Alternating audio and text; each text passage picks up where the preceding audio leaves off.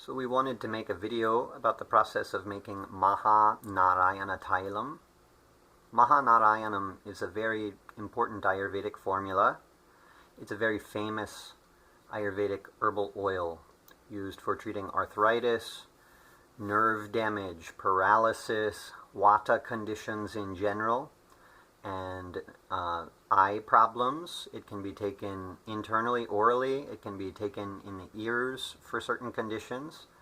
There are a lot of uses for this popular oil. It can be used for daily massage. It's a wonderful, wonderful oil. It's hard to find good quality Maha Narayana oil. The original recipe for Maha Narayana oil comes from the Bhaishajya Ratnavali, the text on Ayurveda, and we are making Maha Narayana according to the traditional recipe in order to teach people about these traditional methods. It's very, very difficult nowadays to find good quality Ayurvedic oils which are handmade as they were in the ancient times. And we are concerned that this mystical art and science of making the Ayurvedic medicines is getting lost. In India there are some regulations. They try to regulate the Ayurvedic products. They say that they have to be made according to the scriptures, but even in India people are cutting corners and reducing amounts of herbs. In the US there's not yet much knowledge of making the herbal formulas, and so people are making various concoctions of their own and calling it Maha Narayana. In our humble view, this should not be done. We should label things as they are, and we should learn about the proper ways to make the herbal medicines before we start labeling our products according to the ancient names. A note on substitutions. Substitutions are acceptable, and we think it's a good idea to do some substitutions. A lot of the herbs in Maha Narayana oil are rare now, and they're getting threatened due to over-harvesting in a reckless way in India. And so we do recommend substitutions, but we should bear in mind that there are 60 ingredients in Maha Narayana oil, and there's a pre-treatment process of the oil which has 11 additional ingredients. And so if we are doing substitutions, we should substitute an herb for each of these herbs in the formula so that we have the same amount of herbs, and we should substitute with knowledge of herbs so that the oil will have similar properties. If we use just 15 or 25 herbs rather than 71, we'll have a very different formula. Herbs empower each other when they work together in formulas. There's a synergy to the herbs. They get more powerful as they work together in groups. Herbs are safer if you have a larger number of herbs because you have a smaller quantity of each herb, and any potential difficulties caused by one herb will be counterbalanced by the other herbs. And so substituting herbs is recommended. We've done a lot of substitution here because we don't want to stress the threatened plants there in India, and we have many wonderful substitutes that are available to us in a high quality here. We're using the traditional amounts, which is a lot of herbs. We're very concerned that this art of making the oils, herbal oils, will be lost. And so we're making this video for the benefit of the world to teach the traditional ways. And so for the first step of our oil, we'll make a decoction. And we're making half a gallon of oil. Half a gallon of oil will use a lot of herbs. For half a gallon of oil, we are using 9 pounds of herbs just for our decoction. I'll show you some of these. This is some of the herbs. This is some more of the herbs here. And then this is some more.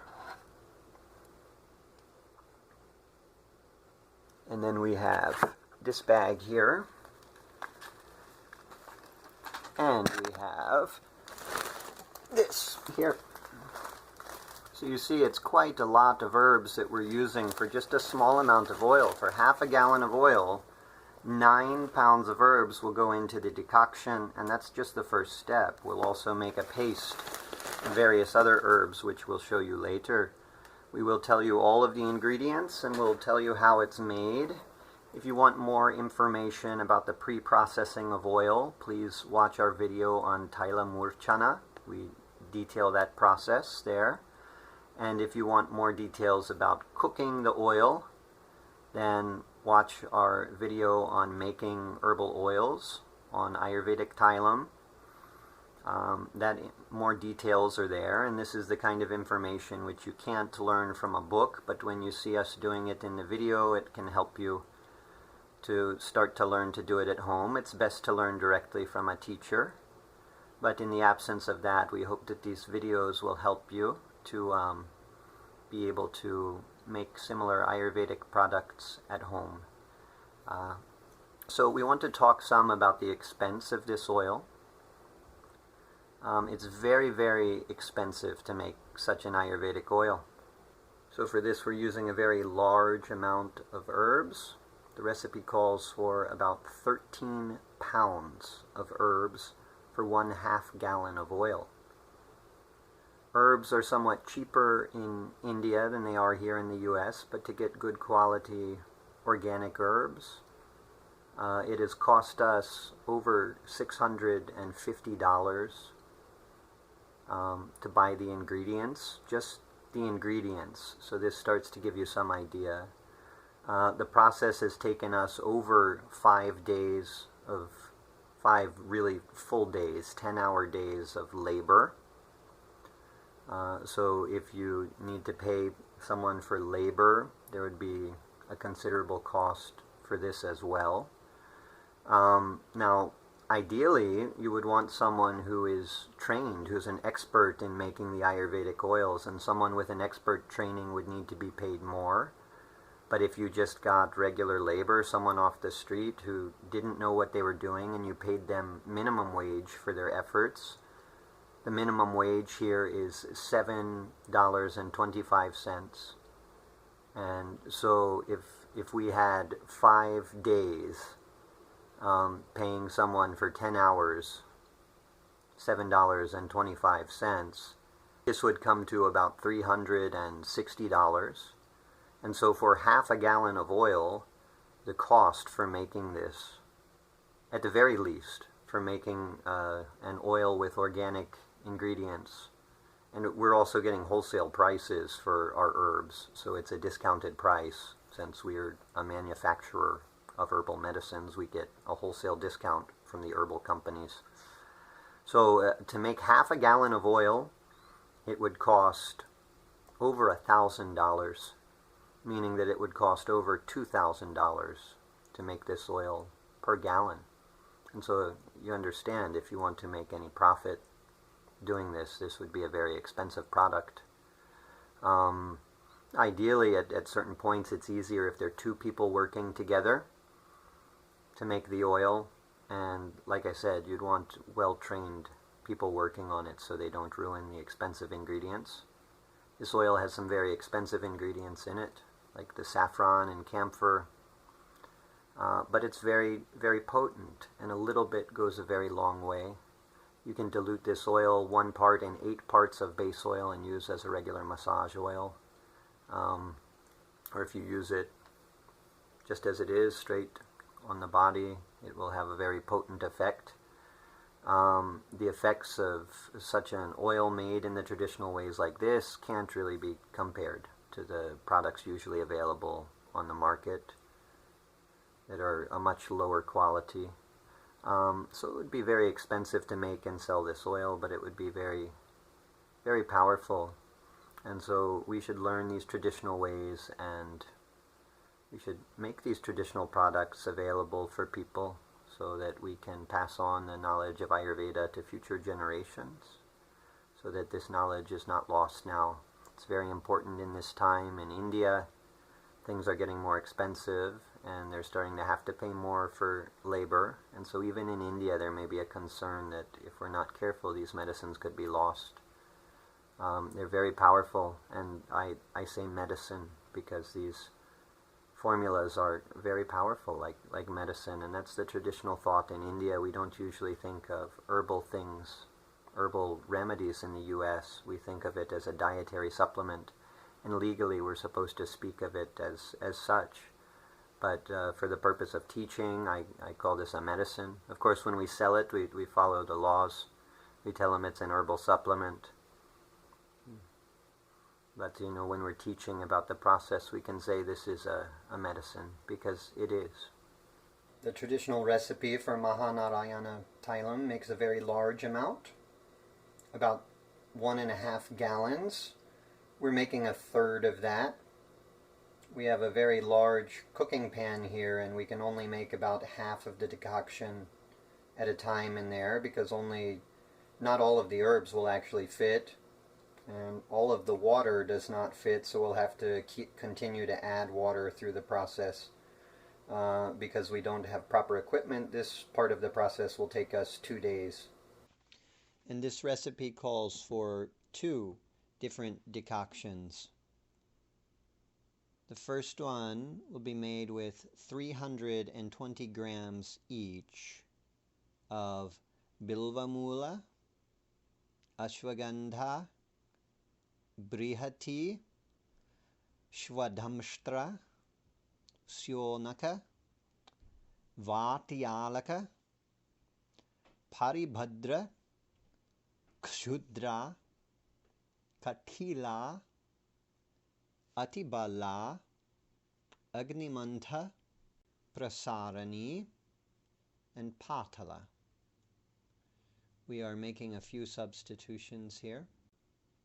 About 7 of these herbs are in the dashamula, the traditional blend of 10 roots, and so we are substituting for 10 of these herbs those 10 roots. And ashwagandha we are using, and for bala and atibala we are making substitutions here. For bala we substituted marshmallow, which is in the same botanical family, and for the atibala we substituted comfrey root, which has similar properties. So this decoction is made using 32 liters of water, which is simmered and reduced down to 8 liters of water. This recipe also calls for the fresh pressed juice, the swarasa of shatavari root. We don't have fresh shatavari roots available to us, and so there are 2 substitutions recommended by the Shastras if you don't have the fresh herb to use for swarasa. The ideal substitution is to take 2 parts of water and to soak 1 part of herbs for 1 day and 1 night in that water, and then to strain out the water. We are using the second method, which this is used for very hard herbs that you can't press the juice out of.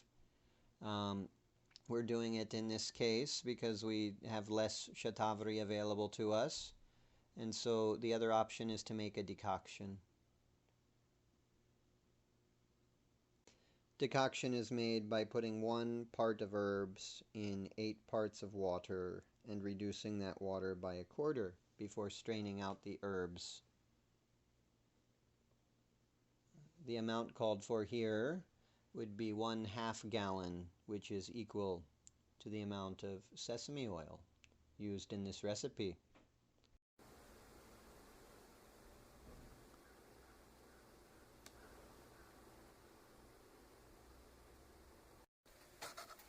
So as you can see, it's quite a lot of herbs here.